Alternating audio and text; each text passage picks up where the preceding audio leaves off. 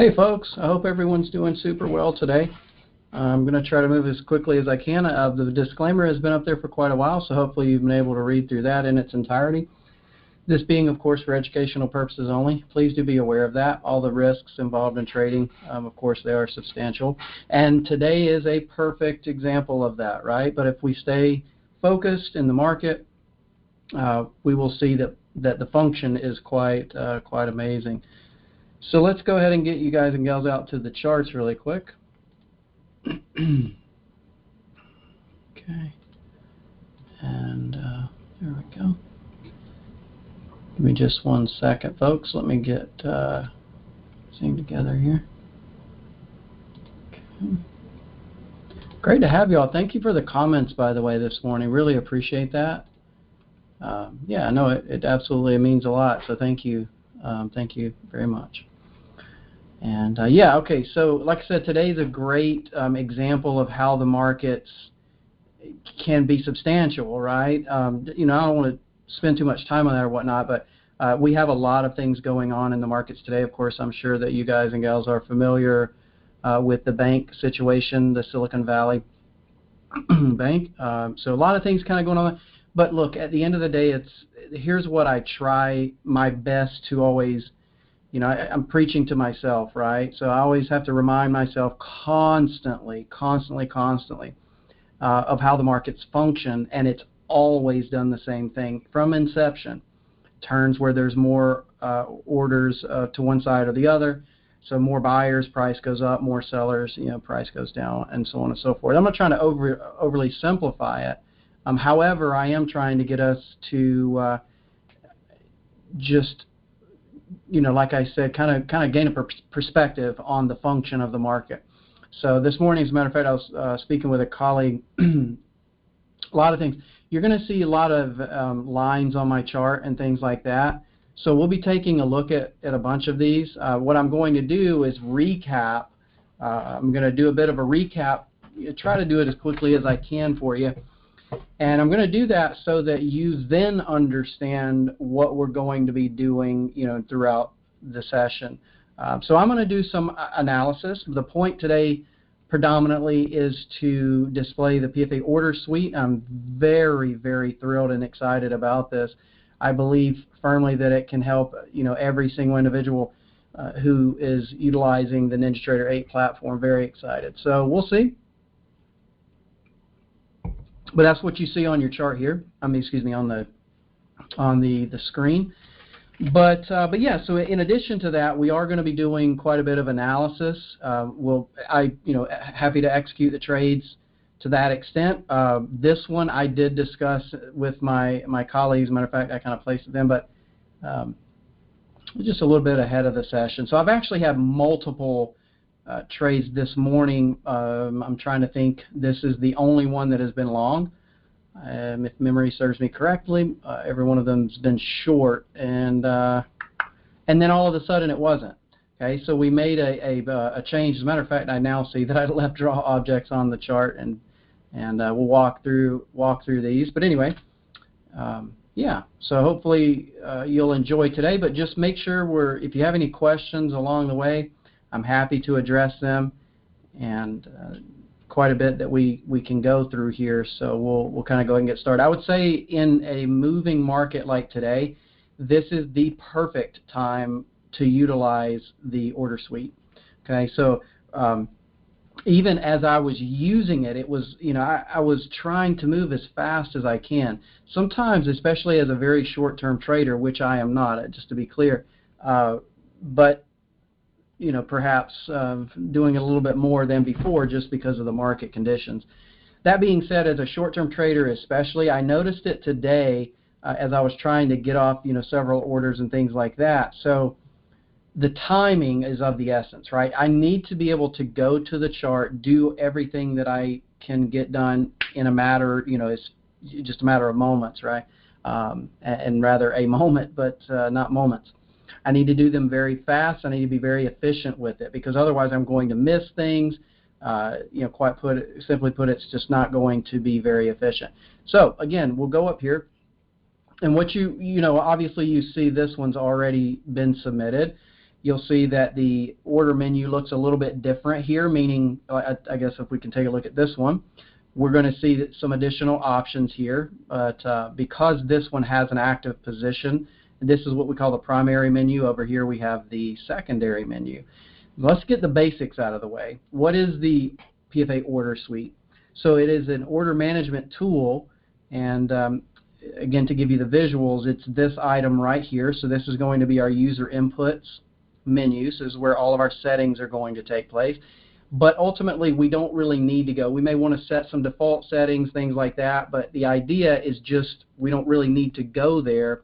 We can make the changes from our chart, and we can move very quickly, right? So whatever we need to do, whether it be long-term or very short-term, we can certainly do that. So we'll just kind of leave this up, and I tell you what we'll do, I'll come back to this, and I'm happy to explain why the trade is what it is, and so on and so forth. Obviously, want to be aware of sellers. I'll just say that in advance of today. But as I was trying to mention to my colleague this morning, I said, look, don't be surprised if we get a good rally right out of the, off the morning there. So we have a very substantial downtrend. There's no doubt about it. We are coming up into a little blip of supply from earlier this morning. So we're basically hitting it as we speak, right up above about that 38.65 mark. As a matter of fact, I'll highlight this area right here for you. Okay, so this whole area right here is just it's where some predominant selling took place this morning. As you can see, they're pushing off of it once more. I had an initial target there at 38.60. As you can see, it's now moved up higher, but we'll circle back to that. Again, let me focus on the tool, because when we start doing the analysis, it makes things a lot easier if we know how to use the tool as we're going through it, right? Okay, so again, we will come back to this. This basically up here, this bright green label is the target. This is a target destination. This down here, the red label, you'll see that's a stop order, and which means currently it is now at break even plus commissions and so on and so forth. So again, we'll come back to the reasoning for the trade and so on, and what we should look at perhaps throughout the remainder of the day, because it's ironic, I know, but the markets always function. It just is what it is. That's all I know how to say. I've been saying it for many years, and it's very interesting how even as of today, I'm still amazed. I'll always be amazed at the market's function. The ability to have such panic in the world, if you think about it, like this going on right now. There's such panic, literally to the extent of CNBC out there talking about, and I'm not trying to throw them under the bus, good or bad, but no joke, I heard them today talking about how they were concerned for the FDIC covering funds. That's the job. You want to make sure that your funds are covered and so on and so forth. But they're creating so much panic in the world, right? There's so much panic. Yeah, no worries, absolutely. That sounds great, Scott. Thank you for letting me know. There's so much panic, though, that's being, it's a derivative of that. So when they talk about things like that, yes, it is a scary thing that we have the banking, that particular bank that had issues with SVB. Of course, that's concerning, right? But then on top of it, to lay that into just a massive panic, it doesn't really help things, but that's what happens. Now, let me explain something further. As that panic happens, I don't care if it's the end. I have to be correct with my verbiage, but let me just use an expression, a dramatized expression. I don't care if it's the end of the world. If there are more buy orders sitting on the exchange of the corresponding market than there are sell orders, price is going to go higher. And that's as crazy. I know that sounds crazy, but it's the way it's designed, right? Think of a piece of software. It's supposed to do what it's supposed to do. And it's a computer system, so it will. Well, that's the same thing with trading. If you have 10 buy orders, at 100, and you have 7 sell orders at 100, you're going to go higher. And so it's just always a means to function to equalize the buyers and sellers in the market, if you will. Okay. Anyway, enough about that. We'll jump out to that. I just wanted to kind of point that out, as I figured a lot of people would be surprised when they saw, a little bit of a buy setup there, but that's okay. It surprises me all the time. So I'm going to jump to a different market, and I'm going to do this just so we can, really learn more about the tool. Okay. If you guys and gals have a preference of the market, I suppose, why don't I just give you that? Yeah, there is. You should be getting audio there, Wayne. Yeah, so if anyone has a preferred market, just let me know. I'm happy to go to that. Up here, or rather down here, I have the S&P, the NASDAQ, gold, and the natural gas futures. I'm happy to use any of those. Or again, I can switch it up, but maybe just stick with what we have here for simplicity's sake. Let me get off the index markets for just a little bit. Gold is a nice rally. Natural gas, very nice rally. Oh, very nice. Sorry, I'm just thinking out loud here. This was an actual setup we were looking for on natural gas. Okay, so no one picked a market, so I'm just going to go with it. First thing I pulled up was the NASDAQ. Okay.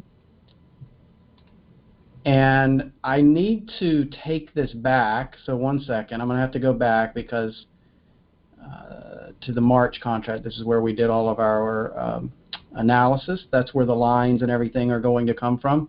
So don't be confused. Today is rollover, and that's why you saw June right there. NinjaTrader does an automatic rollover for you if you allow it when you start at the platform, which is nice.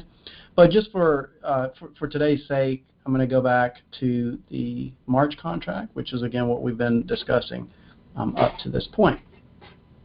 Now, let's say that everyone has their method of trading. So today I'm going to do a lot of analysis, absolutely, and we'll get to it, and I think we'll have a lot of fun with that. But I want to make this abundantly clear. Today doesn't really have I'm not here to per se discuss the methodology and so on. I'm here to help you understand how this tool can benefit us all regardless. It has nothing to do with methodology, right? So think about, how do I place an order? And from that point, we can easily move forward.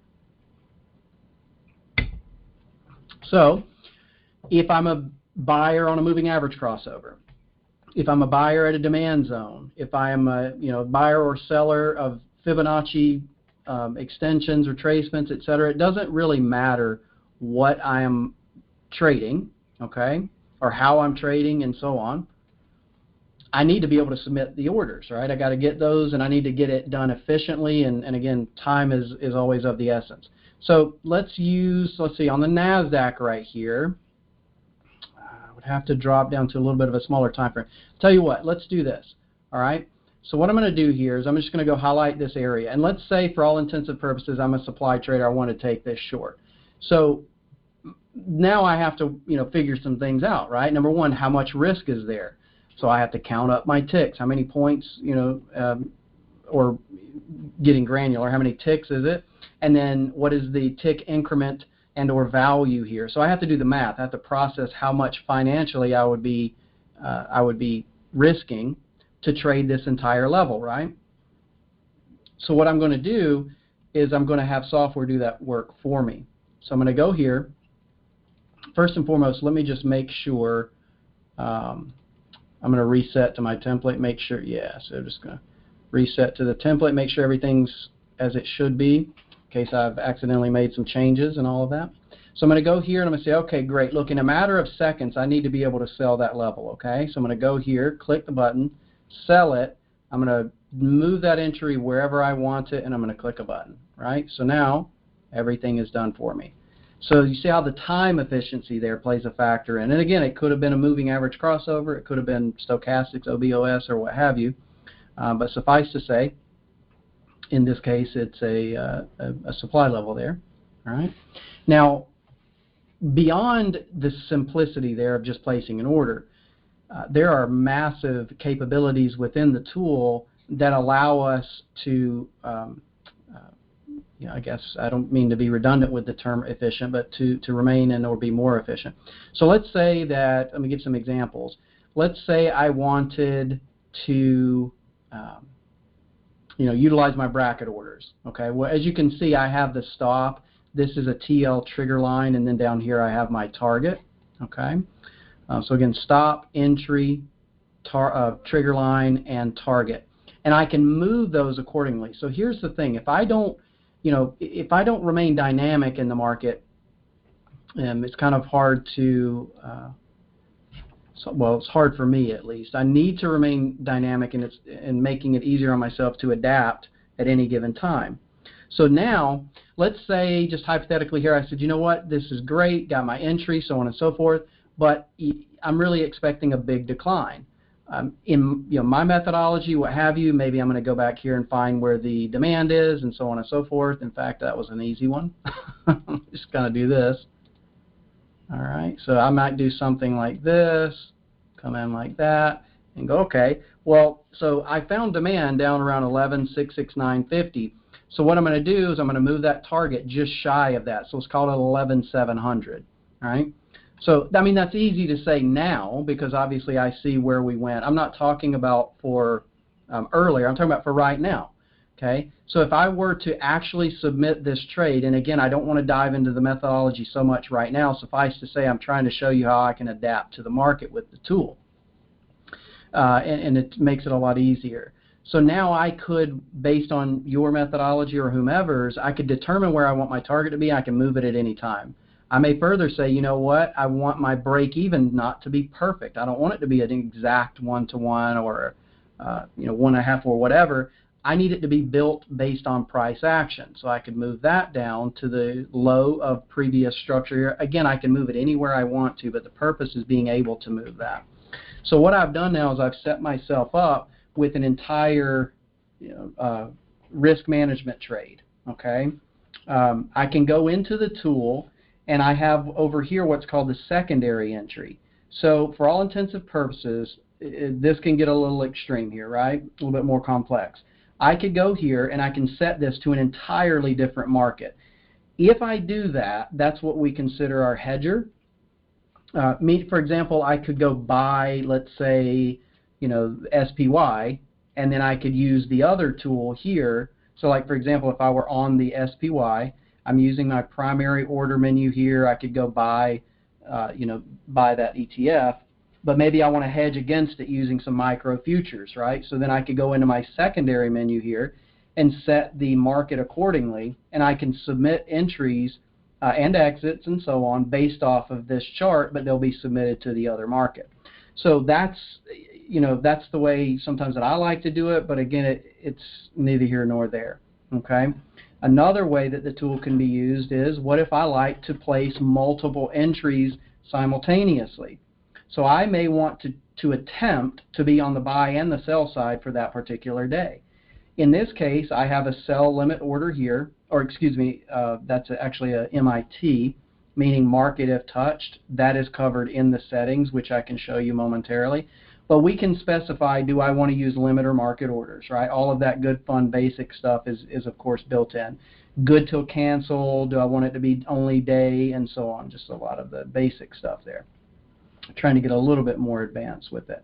But let's say, again, I want to say, okay, you know what, if price, of course price has already made it there, but let's pretend for a moment that it didn't. And let's say, you know what, if price makes it here, I want to sell the market. Conversely, if price makes it down, okay, to this lower demand zone here, then I want to be the buyer.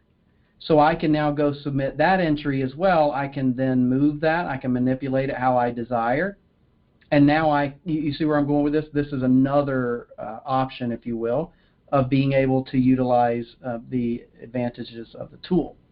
Now, if you notice the difference in length of the labels, this is simply a setting, and it's a percentage value. So if memory serves me correctly, I have the primaries here, which is the primary entry menu, this being the secondary. So if I reference primary, that's the first one. And if I reference secondary, that's, of course, the second, or to the right. Okay.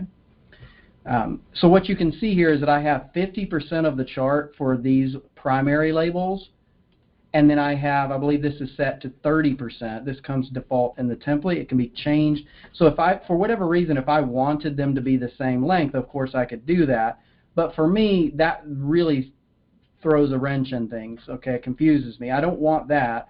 I want to see the difference somehow. I need to be able to differentiate them, right?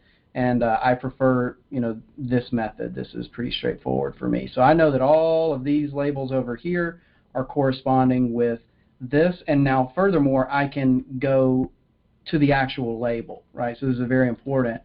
We, of course, put the details on the label, right? What we believe to be important, information that I would need to know. So if I were hedging, okay, let's say that I'm on the NASDAQ. For whatever reason, I was going to go hedge on the micro NASDAQ, which is certainly a possibility, I suppose, right? So I could do that, and what would occur here is I would see this label, and it would say 10 short, NQ March 23, etc. This one over here, coming from the secondary, I would, of course, have it set to the micro NASDAQ, but you would see that right here. It wouldn't say NQ, it would say MNQ, right? So it's going to provide whatever the order, whatever market it's going to be submitted to, that's what the label is trying to tell us.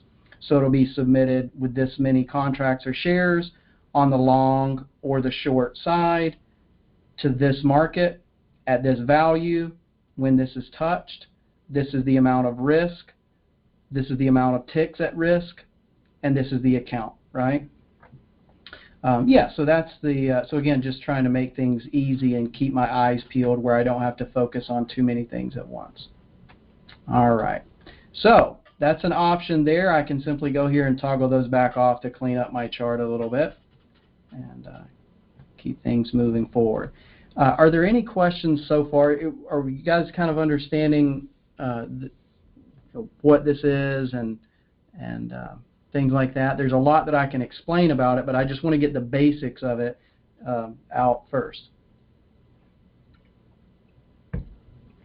And again, once you put this on your chart, I think you'll just see instantly, right? I think that's kind of how it will go as far as the major benefits from it. So you saw how, just a moment ago, you saw how quickly I submitted this order. But think about what's actually happening there. It's not just, okay, yes, I can go submit an order. Of course we can do that, right? But there are massive limitations across all the different platforms and things like that. So what we try to do is just build the best tool that we can possibly do, and we do it based on necessity, our own necessity, if you will. All right. So again, I mentioned earlier about the risk, about there's a lot of things that my mind has to compute if I don't have a tool to do it for me. So what I know here is that based on 10 contracts, I have exactly $14,550 hypothetical dollars, of course, but I have that at risk. Okay. Now, if I wanted to trade only one contract, here are some of the major advantages. Well, I got to make major changes, things like that, and then I have to recompute. I have to determine what that P&L is, etc. So let me just cancel that and just do it. All right.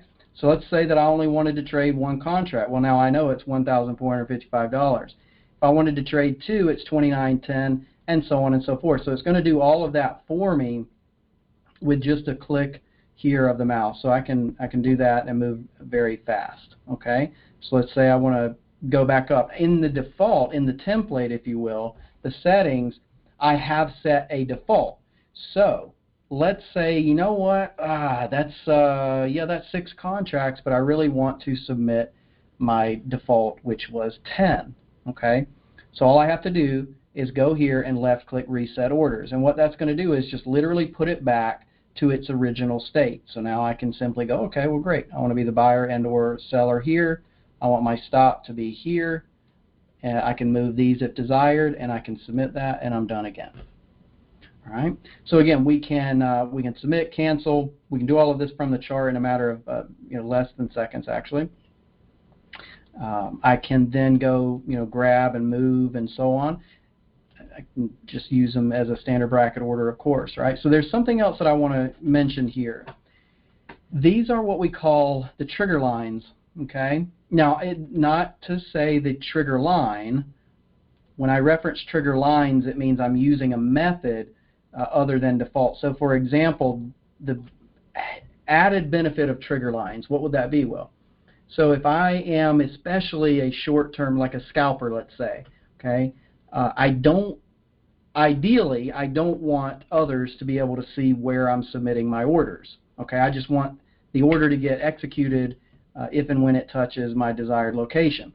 So that's what's happening right here. Okay, these are trigger lines, which means that they're never going to show up on the exchange or level 2 data, things like that. Now, let me be very clear about this. This is not an intent to hide.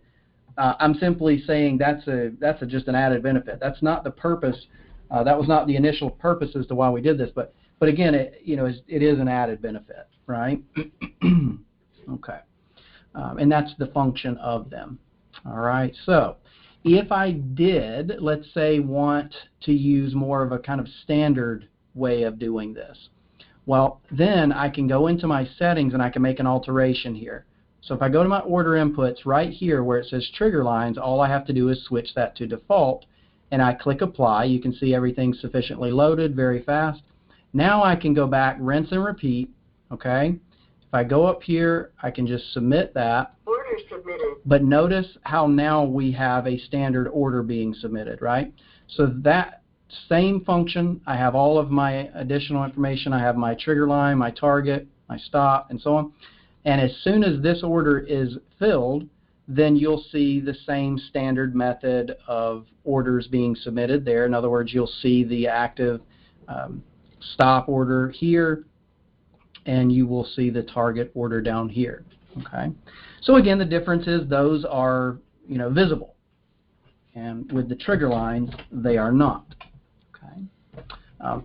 Is there any difference as far as the order functionality in itself? Well, no, not really, right? Because a sell order is a sell order. Here you can see this is a sell MIT. So again, it's the same thing. So it really doesn't matter how I submit that sell market if touched order. It's still a sell market if touched. So I can submit it with the default order, or I can submit it with the trigger line, but again, same thing. Okay. Now, if I did not want to use market orders, and I will tell you that, in my opinion, market orders come with grave risk in certain markets. I've become very accustomed to them over the past, let's say, few years. But that's only because I'm trading, the most, I'm going to say the most, I don't know statistically, but one of the most liquid markets in the world, right? The S&P.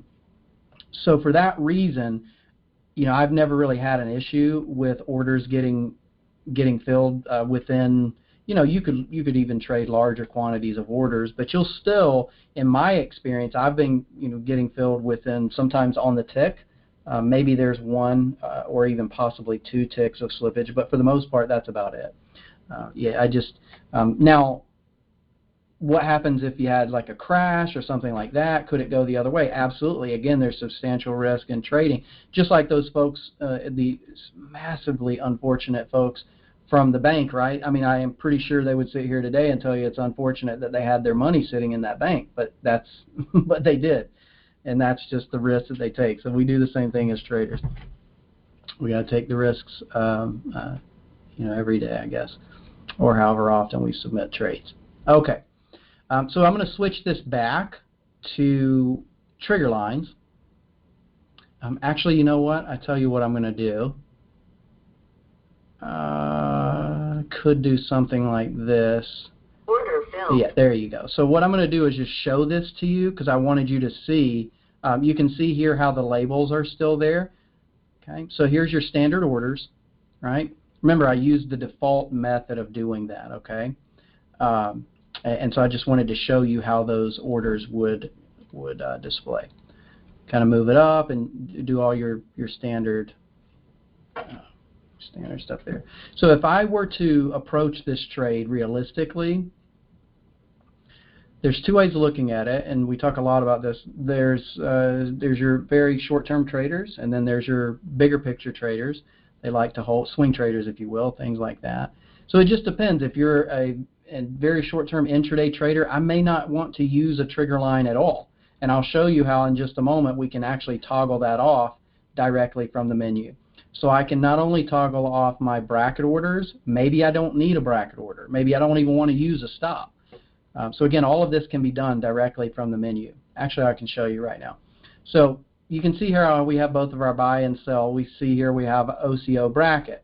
So if I toggle this off, you'll notice the menu is going to change, and it's dependent upon what the options I'm telling myself I want. So for example, there's no trigger line if I don't have a bracket order. Why would there be a trigger line? Because there's no stop or target, right?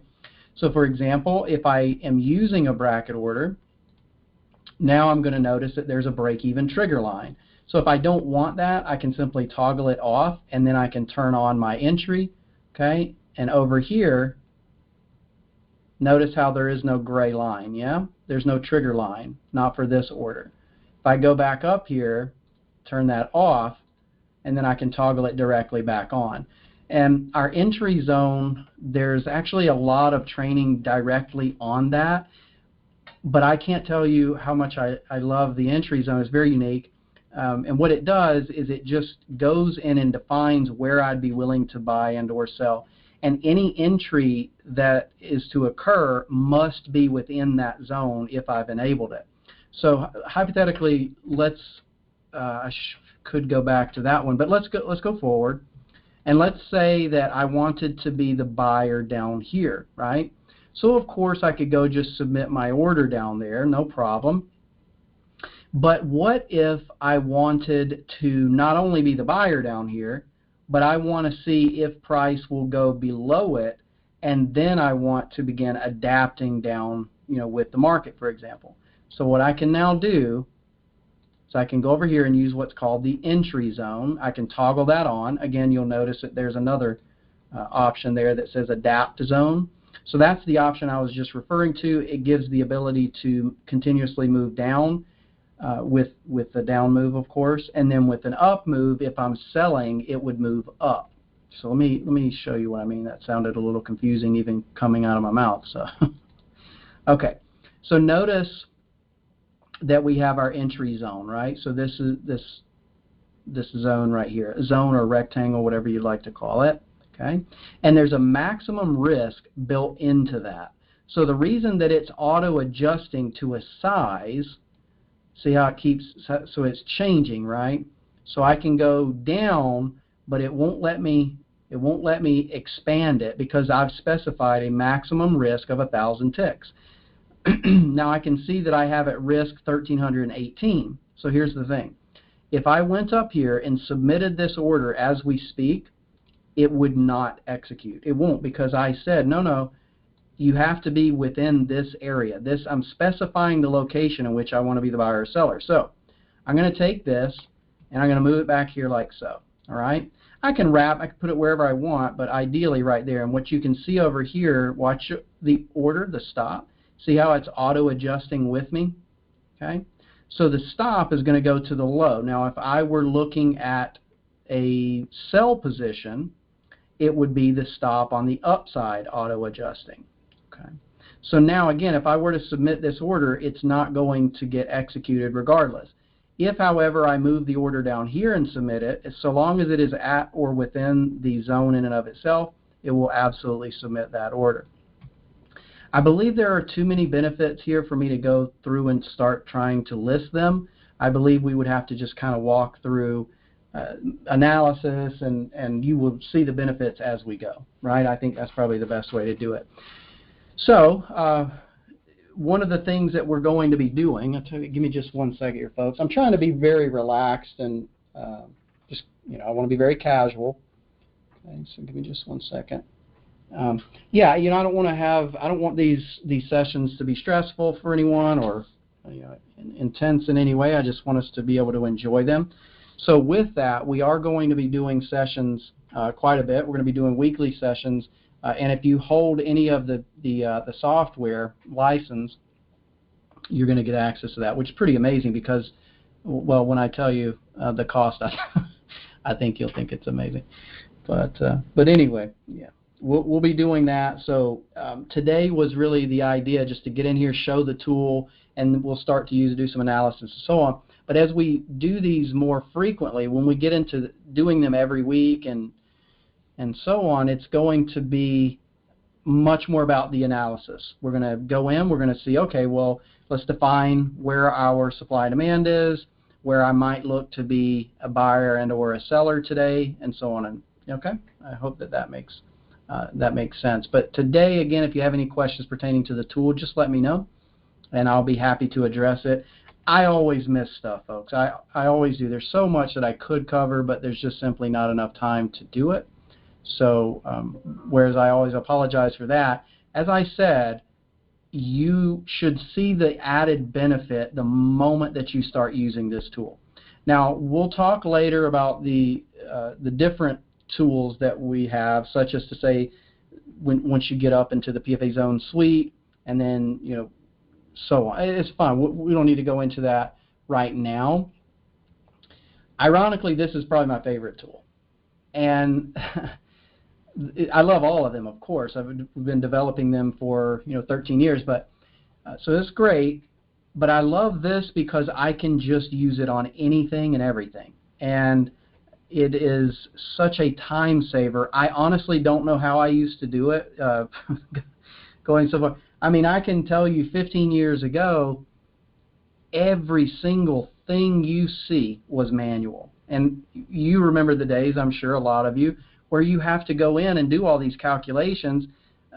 It just was not very efficient, but we got it done somehow, right? So it's amazing what we're actually capable of when we put our minds to something. But today we have too many things to think about, right? So I don't really need to focus on doing that. I just need it done for me. I need to move very fast. Okay, so do some other things. All right. So I tell you what, let's go maybe do a little analysis. And then through that, if I see some benefits, of course, I can certainly go into that. And I'll leave this little trade here.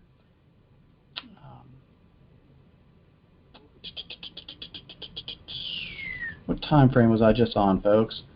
Oh, I was on the 60-minute. Okay, I'm sorry. Okay, so I'm going to go turn that off, hide it, because I don't want that skewing anything. So let's do this. And remember, the whole purpose here is being able to do things really fast. So I may look at this market and go, you know what, the conditions are changing, need to adapt to it, and okay, something to that extent. But here, for whatever reason, I may say, you know what, if we drop down to approximately that 11,800 there, just go ahead and protect this, okay? And then I move this. As I told you before, I may get it right around that 11,700. Put a profit target down there. Now, by no means am I telling you that this is an absolute trade. I'm just trying to walk you through how I would actually handle the trade if it was a legitimate trade. Okay. So I'm going to leave that. We'll come back to it. Let's go back to the S&P, where we did have a legitimate trade. Okay. All right. So with the S&P, let's start up here. I'm going to do a recap on these levels, because otherwise you're going to be like, man, that's a lot of lines on the chart. What in the world does it mean? It's even a lot for me to take in. So I'm ready to get this over with so that I can start deleting some lines off of my chart. Clean it up, But basically what the lines represent, over the past, however long, we do manual analysis, right? So we'll go in and we'll manually draw where we believe the markets are going to turn in the future. So that's great. And again, I'm not trying to put the cart before the horse, but we have that automated. We do have the zone suite, which defines the levels for us and so on. But again, let's stay here for now. All right. So that's what they are. They're a representation of where we believe price is going to turn in the future. Could be a very short-term bounce, or it could be a bigger picture, reversal and say a weekly, for example, here. These are very big levels. So you see these rectangles. I just want you to go ahead and be aware of this. I want to put it out there way in advance, as we always do. Oh, by the way, and everything that we're going to talk about, everything that we've seen today and that we'll discuss, was, of course, done in advance, as is always. So if you look up here around that 42.50, and if you look down here around 36.38, okay, that is a massive range that we put into the S&P. I'll say the S&P because the values would be different if we went to the NASDAQ or Dow, things like that. So, of course, I'm going to use the exact market that we're looking at and analyzing, as always, so I can provide the values. This area down here, so I will take you a step back for a moment, and let's just revisit what did we say going back. You know, I think we stated it like last week or the week before maybe. I think it was the week, well, let's see. There's one weekly candle, two weekly candles. Yeah, it was on this red candle right here. And guys and gals, I mean, I had no idea it was going to drop like this, but what I stated back then was if it does take out that low, specifically the green candle here. So last week we talked about this, and I specifically stated, look, if it takes this low out, we might be in trouble, right? In other words, I would anticipate that we're going to get a pretty good drop, right? So we're not there yet, just to be clear. I think that we now have much further room on the downside to go, unfortunately. So this is the area on a much larger scale that I'm watching, 36.38. What we're coming into right now is definitely support. There's not a question there. And there's going to be a lot of smaller time frame demand within that larger picture support. So that's typically what happens, right? You'll have a bunch of demand levels inside of a larger time frame support level.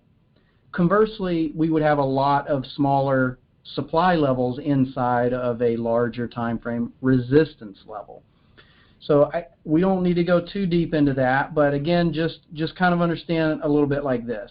This right here is absolutely not what we would constitute demand, right?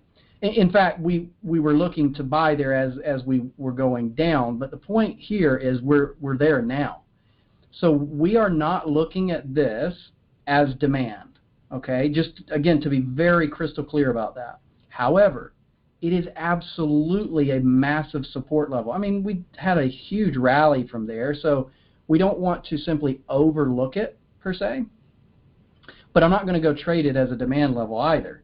The demand is actually below, and this is really the closest. So again, we had some demand back here. We've tested that. Went pretty far down, actually. But I want to look below that, right? So where is my really significant alteration in the market? And again, that comes down around 36.38. So it's a pretty good ways to go. It's concerning, right? We kind of look at it that way and we say, wow, that's, whew, I don't think, you know, is the market going to go down? Well, let me be a little bit more alarming. It could go even further.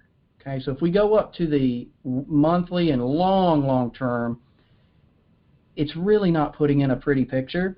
So I'm not saying that we're going to go lower. I'm simply saying if we don't change the trajectory of the market pretty soon, then absolutely I believe we could go quite a bit lower.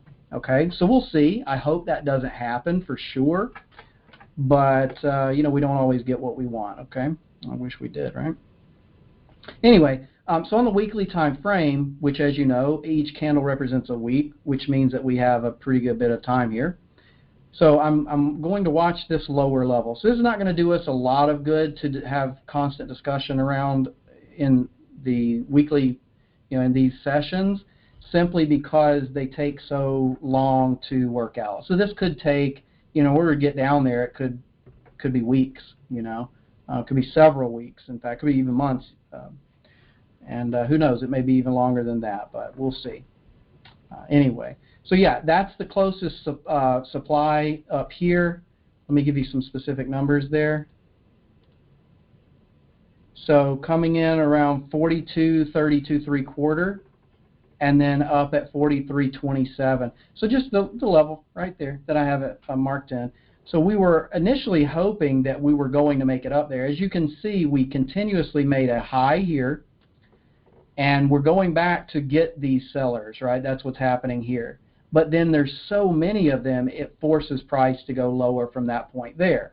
Well, okay, and then we make a higher high up as another attempt to get to that same area. Couldn't do it, rejected again, and then we made another higher high. So as you can see, every time we come up here, it rejects us substantially. Okay, this area up here is something I really want to pay attention to. That being said, we have now attempted it multiple times, thereby weakening that area. Which, if you were in the room, say, was it a week or 2 weeks ago? Again, I had much more of a bullish kind of outlook, a perspective, temporarily at least. And so again, I was really hoping that we would, instead of dropping as we did, I was hoping for something more like this. Okay, again, we don't always get what we want, you know what I mean? Kind of is what it is. And there was a supply level right here. Well, we'll talk about that in just a moment. And so we watched price retrace back up to our supply level, and it was a short-term supply level, short-term trade, but it gave what I just really didn't expect, right? I mean, it's just substantially declined away from it. And yeah, I wish I could predict all of that stuff. We can get, really, what I would say, we try to get really good at defining where price is going to turn. But what we don't know is, how fast is it going to turn? I mean, we don't know if it's going to turn, of course, but even if it does, is it going to be really fast? Is it going to maybe take a little bit? Ultimately, our goal is to get there and turn fast. And if we're choosing the levels really well, that should happen most of the time. But if we're looking at more of a support and resistance of style of sorts, then it could definitely take much longer. So we want to try to get really refined when it comes to the turning points and what they mean. Okay. All right. So again, today you see where we're coming right down into this lower area. This is a major area of support here. So most traders around the world are paying attention to that 37. Approximately 37.80. So let me just open this up for you. I'm going to turn off my crosshairs here, and this area right here. Okay, so they're going to be paying attention to that because they're saying, okay, that's a very prominent level. If we break it, obviously that's indicative of further weakness. Weekly levels, in and of themselves, a weekly high or low, are typically of some, they're important to some degree. If you have a turning point from a weekly level, that is just that's a massive piece of information. So as you can see, we dropped down this morning, but as I told you from the beginning of the session, as I told my colleague this morning before any of it happened, and as you can continuously see what's happening, is I said, look, you'd be surprised. I said, I think everyone will be surprised, but we'll probably get a rally back up today. This morning, I meant. So thus the buying opportunity over here, right? So, it didn't feel that way, I will tell you. At the time, it felt, terrifying. But the best time, I'm not saying just because of this, I'm saying think about 08, right? I'm not trying to compare today or anything. I'm just saying most of us remember that. If we go back to 08, it was terrifying, right? I mean, wow, think about how scary that was. People were losing their retirements. They were having to go back to work. They were panicking because they may have lost everything. I mean, it was really not a comfortable situation. But think about that from a perspective of today. What if I would have just bought, just boop, there you go. What if I would have bought back in, 08, 09? Would I be happy or sad today? Well, very happy, right? So, it's always a matter of time, of course. But it's a commodity, isn't it? Time and all that. So, yeah. So anyway, just want to kind of stay focused on the function of the market, not what they're driving us to think. When I hear the news and they are talking about this one big thing and that's all they can talk about, it immediately tells me go look at the chart, because what you want to listen, meaning I'm talking to myself here. It's a reminder, and I say to myself, go look at the chart, because what I want to always be acutely aware of is where price is most likely to turn, because that's all I need to know.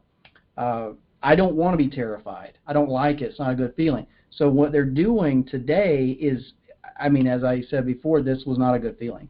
So it's very difficult to go hit the buy button. Imagine how that felt this morning. Now, granted, this right here is simulation. I'm always clear about that. So, you know, what I do in the room here is, it's neither here nor there. But that being said, it didn't feel good, right? It's terrifying. But yet the outcome is what I'm looking for, okay? So the markets have surprised me always, and I don't foresee them stopping anytime soon, okay? I hope not. I like being surprised in a good way.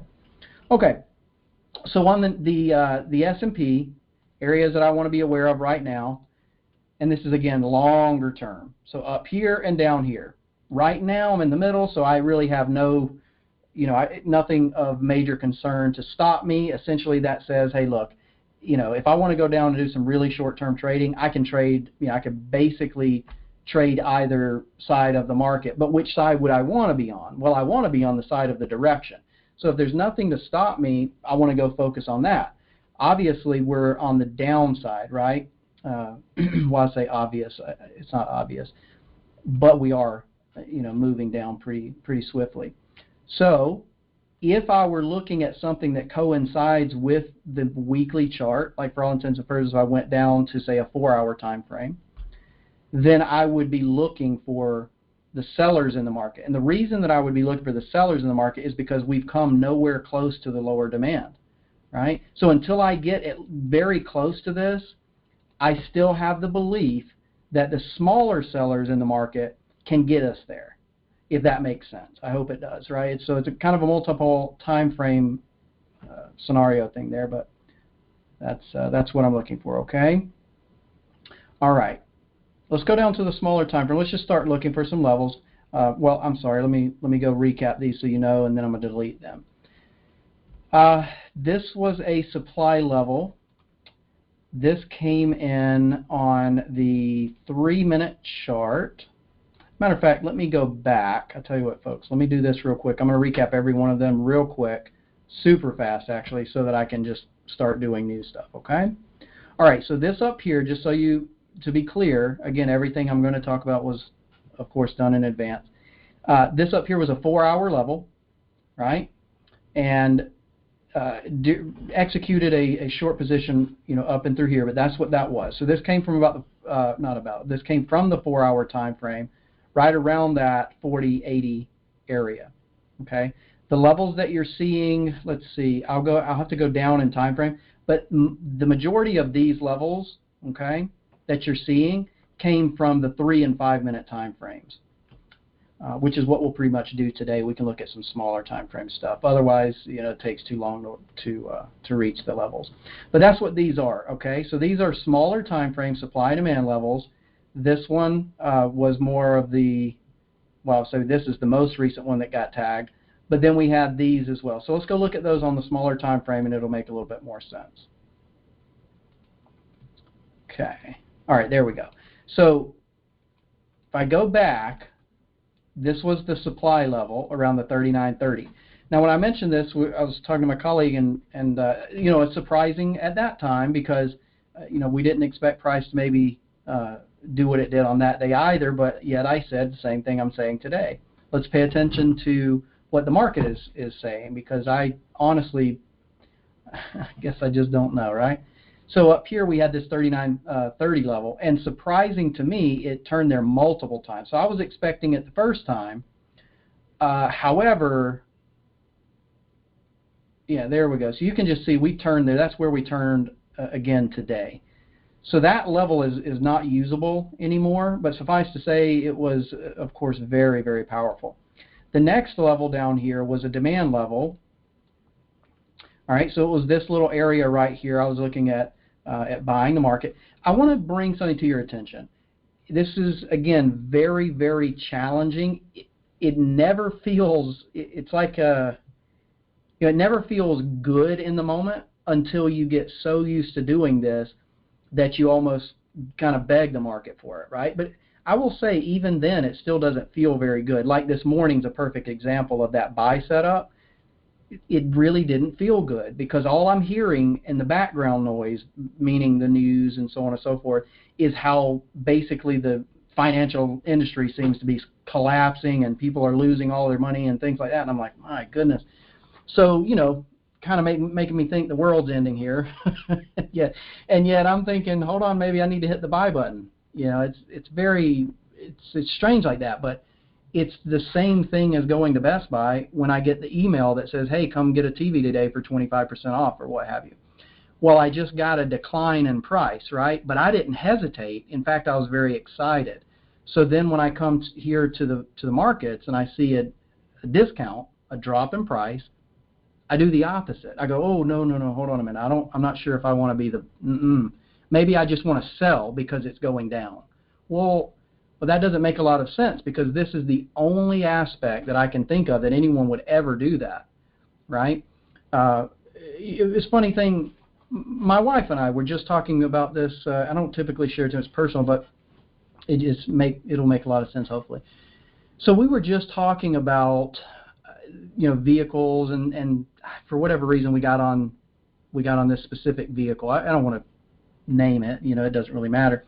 But we were looking at this vehicle. It was a 1970 something, and I'm like, oh, it's amazing, what have you, and it blew my mind. I mean, it absolutely blew my $200,000+ consistently for this type of vehicle.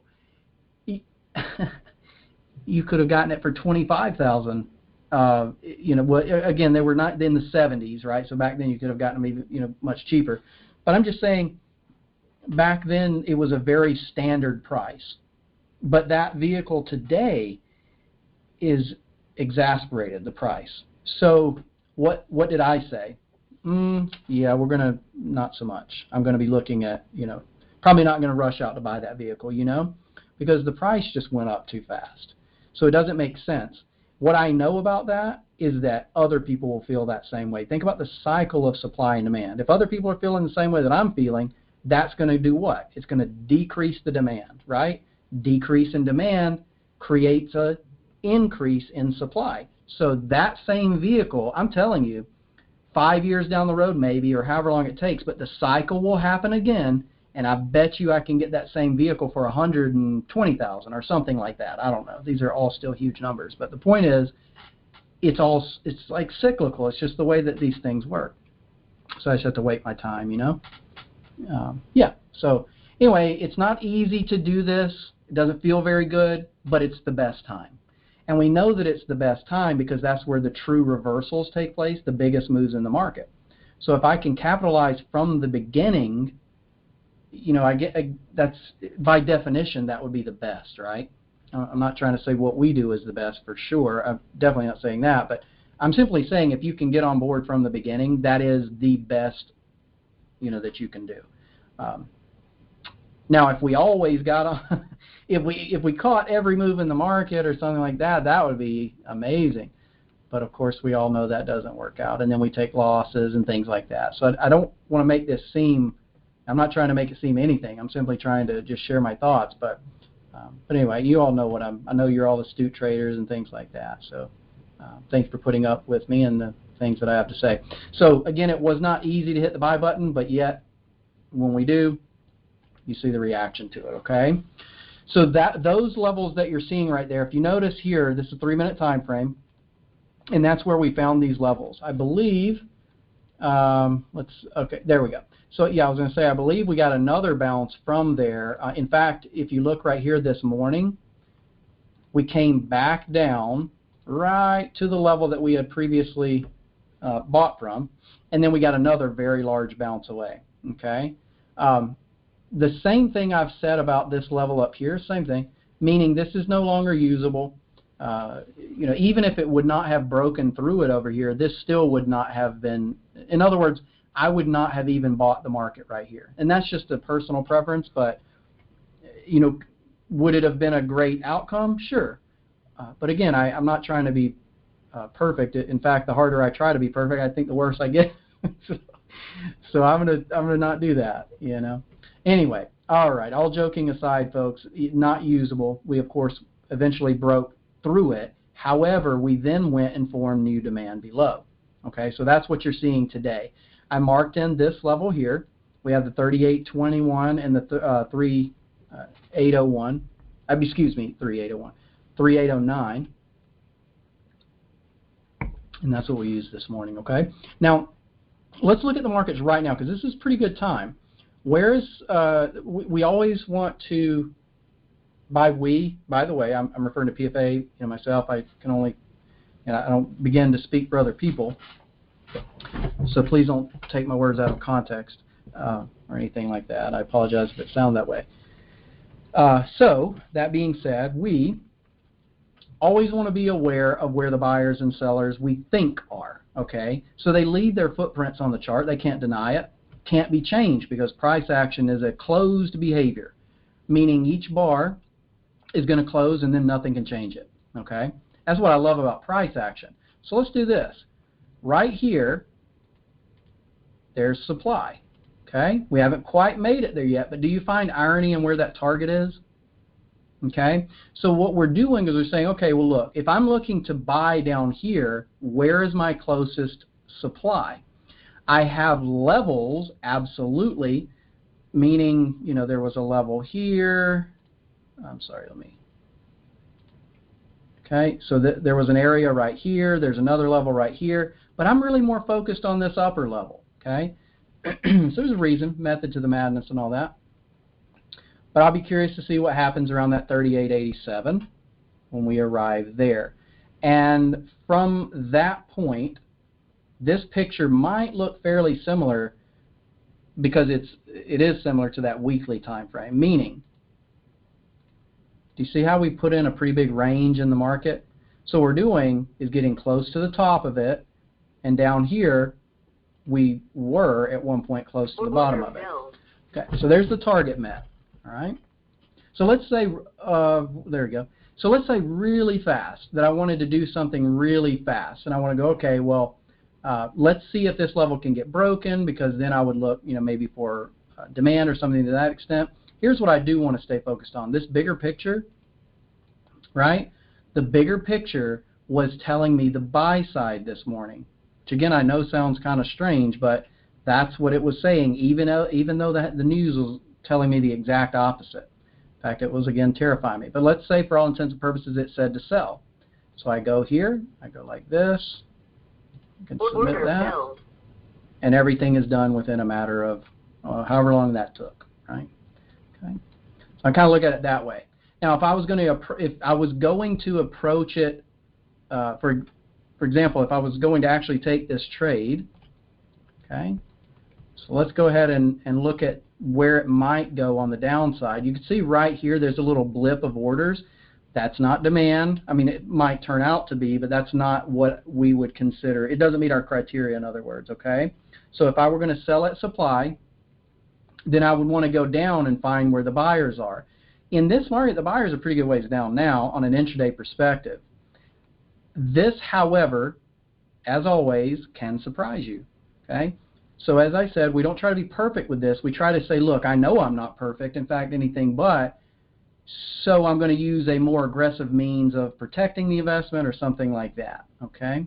Otherwise, I could simply turn that trigger line off if I don't want to use one at all, and I could say, no, I just want to sell at supply and try to buy down at the closest demand, okay? So if I were looking for a target destination, right, I'm going to go down, I'm going to look around that 3860 area.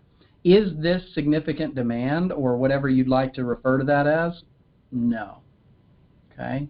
But it's absolutely where an enormous, so you can see there now that we've already protected that. Okay?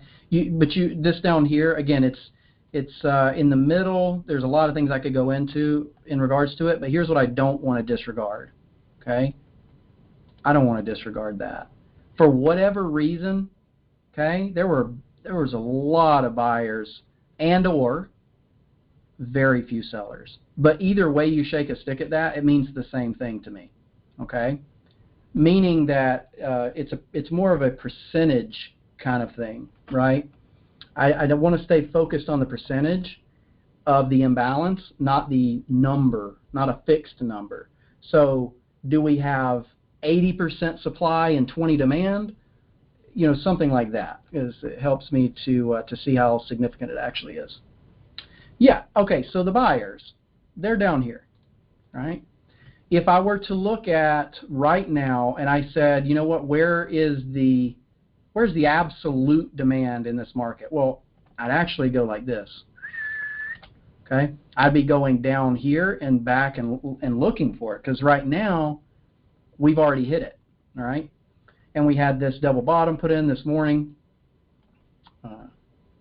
So again, we've already moved down that low, but intraday we began to show some strength. So here's what, let me show you like this. For all intents and purposes, let's revert back 5 minutes, and let's say I'm still holding that long position. Another way to look at this is, why not just hold on to that long position? Okay, so if I'm looking at it from a swing trading perspective, or even a bigger picture, let's say, anything other than like short-term scalping or day trading, etc. If I were looking at the markets like that, then why not just stay in this trade? I have no reason to exit yet. Okay, so what I could do, again, it's an important note here, if I wanted to hold on to the trade, okay, so to be clear about that, because otherwise I just exit at supply like I did, right? It was a day trade, very short term, you get the point. But anyway, if I wanted to hold on to it, I could remain, or have, excuse me, I could have remained in that long position until this. Watch where the sell, we'll do this in real time, we'll sit here and watch it, but watch what happens intraday. And this is why I wanted to start the session a little bit later. We started at like 10, and you know, and I was like, oh man, no, now I should have started it earlier, you know, because that's when the trading was happening. And but yeah, it's okay. So you've gotten to see it in here as well. But it's always, you know, if I start at 9, it would have been better at 10, and 10 versus 9. You get the point. But yeah, it happens. But let's say throughout the remainder of today, okay, what I want to watch is, when are the sellers going to become stronger than the buyers? Because what does that define? You know, what does that define? Well, isn't that an abundance of supply? Where the sellers overtake the buyers, that's exactly what that is. Now, I will say it like this, and I'm not going to go into our methodology. If you want that, you can go, you would want to obviously get in, you'd want to get our methodology, right? But I will tell you, there are different phrases, terminology, and things that we use that help us to know that. We should know the difference between those. And not only that, but we should be able to predetermine where things are at in the, like in other words, where are we going to turn before we turn, right? And then in addition to that, we should also be able to determine where the new buyers and sellers are coming into the market. So it, either way you look at it, it's still supply and demand, right? It's a different means of measuring it. But again, suffice to say, that's exactly what we're doing. We want to know where we're likely to turn in advance, and then we want to turn there, of course. And if we need to go down and get more granular, we can do that. Okay? All right, so here you go. I'm going to point this out real quick. What I would be watching right now is for a consolidation right here. By consolidation, I mean literally price to go sideways, fail to take out this low. I'll be very specific. I want to fail to take out that low right there. Okay. In other words, I want to close this bar, maybe even one more, with the inability to take this out. And then on a break of that low, I would anticipate we'll see 38.60. Okay? So this is how specific we're going to be, obviously. But again, just if you will, just kind of bear with me. I apologize. Oftentimes, I try to be accountable. I'm by no means the best presenter or the, you know, I don't know. But at the end of the day, I try to get you the best information that I can. And I appreciate your ability to be patient with me and get through it. So thank you so much. I promise I think it will I think it will help. You just have to kind of be tortured, I guess, a little bit in order to get the information and the tools out. So again, I never pretend to be you know, anything that I'm that I'm not, and I'm definitely not the best presenter. But that's okay, right? All right, so again, I want to just consolidate right here because what's happening, again, the buyers are in control now, you see. They've been pushing price up since the open. They've been going up, up, up, up, up, up, up. So they've been in control of the market since we opened today. But that will change most likely. Where is it going to change? At supply, okay? Where is the supply? Well, that's what we told you. That's where it is up here, but that's just the intraday supply. That's just the very, very, very small levels, right? That's not really what I'm most interested in. I'm more interested in the bigger levels because if we've been going higher, intraday makes more sense that those intraday trend traders will keep you intact, right? For example, you see how they're continuously pushing price higher here? That's probably going to continue. Just like on the downside, you know, that it certainly continued. But at one point, it will change, and it will most likely change because the bigger money did it, right? So again, if let's say like we're going up, we have this intraday uptrend, makes sense that we would keep going because the intraday buyers are coming in and they're just going to keep flooding it. Yay, we're going higher, you know? But when they realize that they've been doing this for a little while and they're like, oh man, I have been holding on to that for a little bit, about the same time they realize that, they're going to be hitting larger time frame supply, all right? And then that reverses the market and so on. Okay, so what we can see here is that we put this in. So what I was telling you is now I want to see this drop, break this low, and to be frank with you, it doesn't look like it's going to. This is not what the picture that I want to see if I'm going to trade that, okay? I would not want to see this. So now I believe that price is going to go higher. Remember what I told you. I want to see it consolidate to go lower. It's doing the exact opposite. So looking at it like that, it's a good thing because it kept me out of maybe making a bad decision. Okay. Now I'm going to walk away from this one. And now you can see there was the supply level. We got more than a 1-to-1 bounce away from it. And as I told you from the very beginning of that, I said, look right here, right? And I said, you know, the markets always have a way of surprising you, so let me protect against that. Had I not have done that, well, you see the reaction, yeah? So again, I want to stay focused on what the market's doing, what it's going to do, or likely to do, rather. Let's see. Let me go back to the bigger picture here. Yeah, we're getting pretty close up there. So you see how we've been rallying for a pretty extended period of time? Well, think about this. The last time we were at this area, I'll call them back. Okay, so the last time we were at this location, we dropped away pretty good. And we've rallied now, these are hourly bars, so we've rallied, this being the third hour in a day like today, right? Think about that.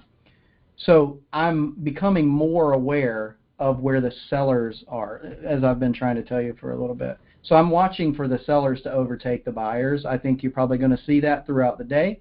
We would see the level get broken, for example. Okay, so we'll see price drop back down, take out a low, take out support, etc. We just need to sit back and watch it happen. And then we may very likely go back to retest the lows. So we'll see. All right, we'll just wait for that. Let's get rid of this. I told you I wanted to delete some things off of my chart. Let's go back here. Okay, yeah, that was a larger level.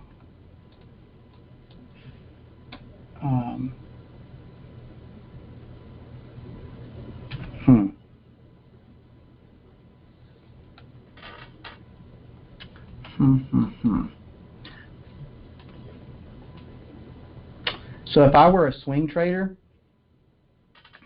meaning if my thought process today was, hey, look for a swing trade, I'd absolutely not be hitting the sell button.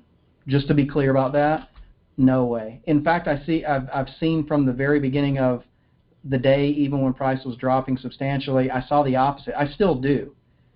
So I don't know if price is going to turn back down or not, but I'm saying I'll see it on the smaller time frame first before I see it here. But I just need to know where that's likely to happen. Let me explain to you why I'm saying this. I see nothing to stop us. That's, for the sellers, that's a problem. Well, you say, well, you got that level. Right, understood. But remember, that was a very small 3-minute level that we've now tested boatloads, what was it, 3 different times? Okay? So I don't believe that that level, is likely to stop us either. So we could even go up through that. So I'm just saying, if as a swing trader, I would definitely not be jumping out to sell the market. Okay. All right. So let's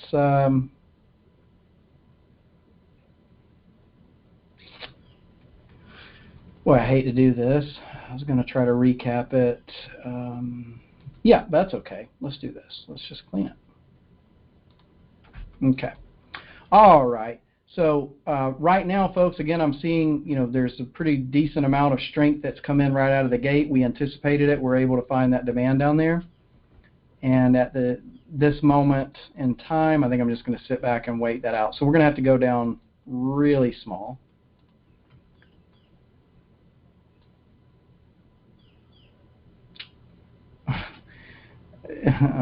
It's just pretty much a disaster.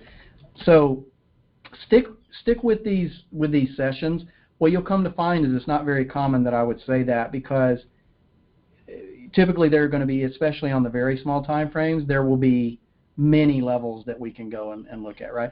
What I'm seeing now is not painting that picture. However, as I've continuously said, we can certainly form new supply, but I'll see that happen. I need to wait for it. Just like I waited for the demand down here, okay? See that right there? So I had to wait for that too, but ultimately it occurred and I reacted to it.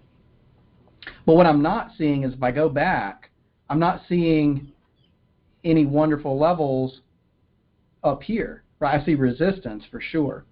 This area right in through here. Yeah, so we definitely have some resistance coming in around 39.35 half. 39.35 half, up to 39.39 quarter. But remember what I said about this area. So it's not, I believe that we will have a bounce from there for sure, but it's not a level that I would be trading. Okay, why? Because we've already traded that level. Remember, that's a retest of the level. So I believe that we'll have some reaction to this, albeit most likely fairly small. Okay, and again, if you scrunch your chart up, you'll start to see that. Oh, when I follow that back, you can see that that's a lot of resistance in through there. So ironically, we're likely to go up to about 39.50 today or higher. Let's see.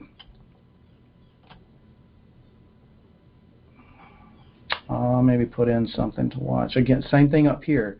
This was the was that 4-hour location? I can't really recall, but so let's see.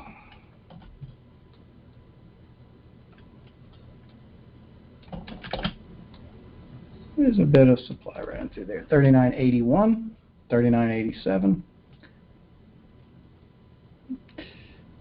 There's a congestion area in through here.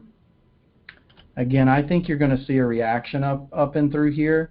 It's just not an area that I would be, selling again, which is unfortunate because the levels look pretty good. Okay. On the demand side,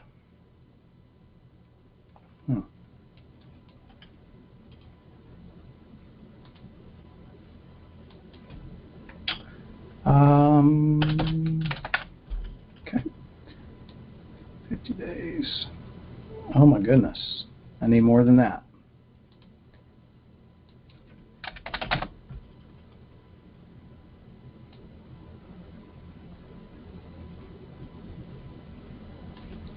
Okay.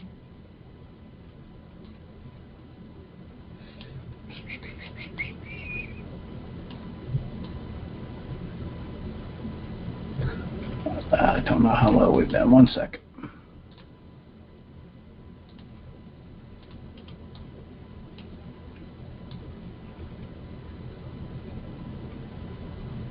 Okay. Oh, there it is. Easy enough. Okay. 1 second, folks. Sometimes these rays give me a really, really difficult time. Okay. Yes. So today I'll be watching 39.73 3/4. See how far. Yeah. Okay. So yeah, if we were to drop back down on a day trading perspective, most likely I'll see that there are a few buyers around that 37.93 3/4. I'm just going to stop there today, folks. Again, right now the intraday traders are in control until they aren't, but I believe that you'll see this is going to change. I believe that you'll see that's going to change here on the 3-minute chart. I just need to watch it. Okay, any questions about the tool, folks? So I guess here's what I would tell you before we leave. Again, I didn't want to spend a boatload of time today. It was not the purpose to do analysis. I just figured, hey, you know, I definitely will while we're there. Okay, so I think I have what we need. Okay.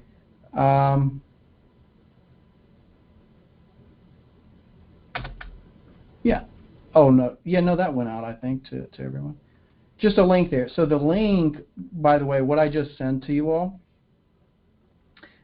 you're welcome to click that link. But what that is if you decide that you want the order suite, and I would say that I think you'll realize very quickly when you put it on your chart why I'm so thrilled about it, right? And if you need support, whatever you need, you know, we're happy to help. But here's the kicker. Here's the great thing, right? It's only $9.99 a month. So $9.99, yes, per month. Now, even better than that, like I think I put in the email, but we're going to start doing. Typically we've never really offered just out into the public and so on and so forth. But yeah, so anyway, we're going to start doing live analysis sessions where we go in and basically kind of point out our usable levels and things like that. So we'll kind of keep you updated on what it is that we're doing and how we're viewing the markets and things like that. So we're going to do that. And the point is, though, that's included with that as we're not going to charge for that. So the software is only $9.99, and then we're just going to do that as well. So okay, so watch over here, guys and gals. That's the link that you can just click on there. And again, remember what I said back here. So just watch over here because it's interesting, but you'll absolutely know what I'm trying to tell you once it happens, and you'll see the supply start to exceed the buyers in the market. Oh, it's a good question, Ari. Thank you for asking that, by the way. Yeah, so the question is, does it remain $99? I'm sorry, folks. Does it remain $9.99 after the first month? Yeah, yes, it does. That's correct. I apologize. Not a trick there to get you to, yeah, definitely it's just that's what it is, right? So again, you can see why I'm so excited about it, because we literally never had anything to offer at a price point like that, right? Yeah, exactly. I like it. That's awesome. It says, I can afford this. Yeah. Yeah, so I'm so happy to hear that. And again, I'm thrilled because, folks, no joke, as simple as this is, okay? And it is simple, right? Not the code, not the function, of course, but theoretically, as simple as this is, I love it. We have so much. We have all the way to fully automated, strategy, so on and so forth. I love all of it, right? Don't get me wrong. I wouldn't do it if we didn't. But again, this is just my favorite because it is so. It makes things so efficient for me. Okay, and that's why I love it so much. So just watch right here as a price. So what they're doing is they just keep testing, right? They're testing those buyers. Eventually, the buyers are going to say, All right. Or the sellers are going to give up, right? One way or the other. But that's why I'm watching this, because I believe that we're going to consolidate.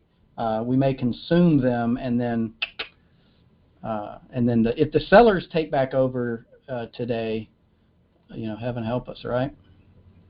But yeah, that's not what the market was telling me this morning. It told me to hit the buy button. I did. Okay.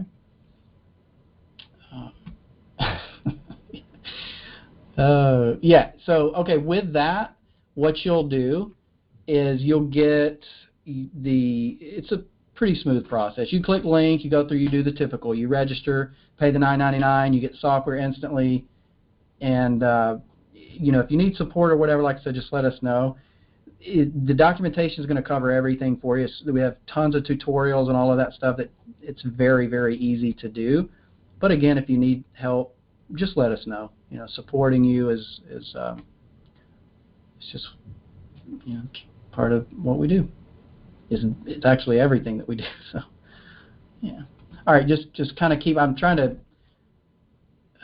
delay just a little bit of closing the room, because I was if it goes ahead and rallies like that, I'm going to just go ahead and close out. But I was just going to try to show you what's happening right here. As I mentioned, you see how they're continuously testing, right? So they're just testing those buyers. They're going to keep testing them, and once they consume them, it's a little bit of a game changer there temporarily. So yeah. All right, folks. Well, listen, I'm sorry that I could, I wish I could have gotten in here a little bit earlier for you.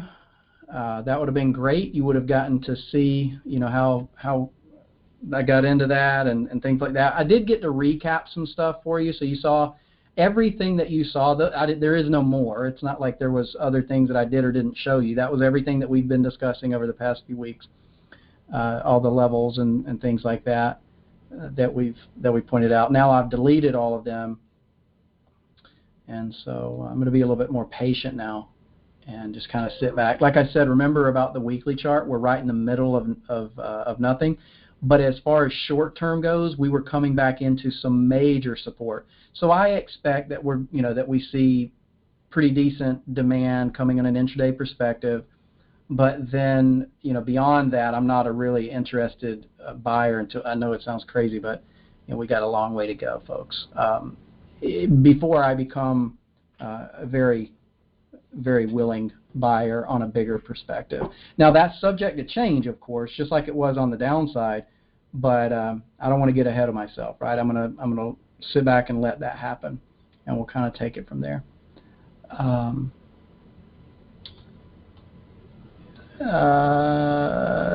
John, so this replaces the previous month? No, definitely not.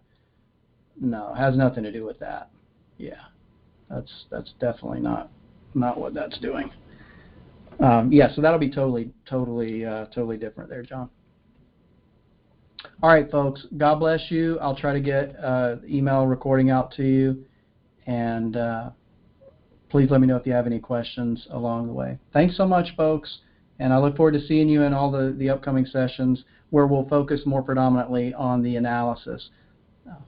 Okay, bye for now.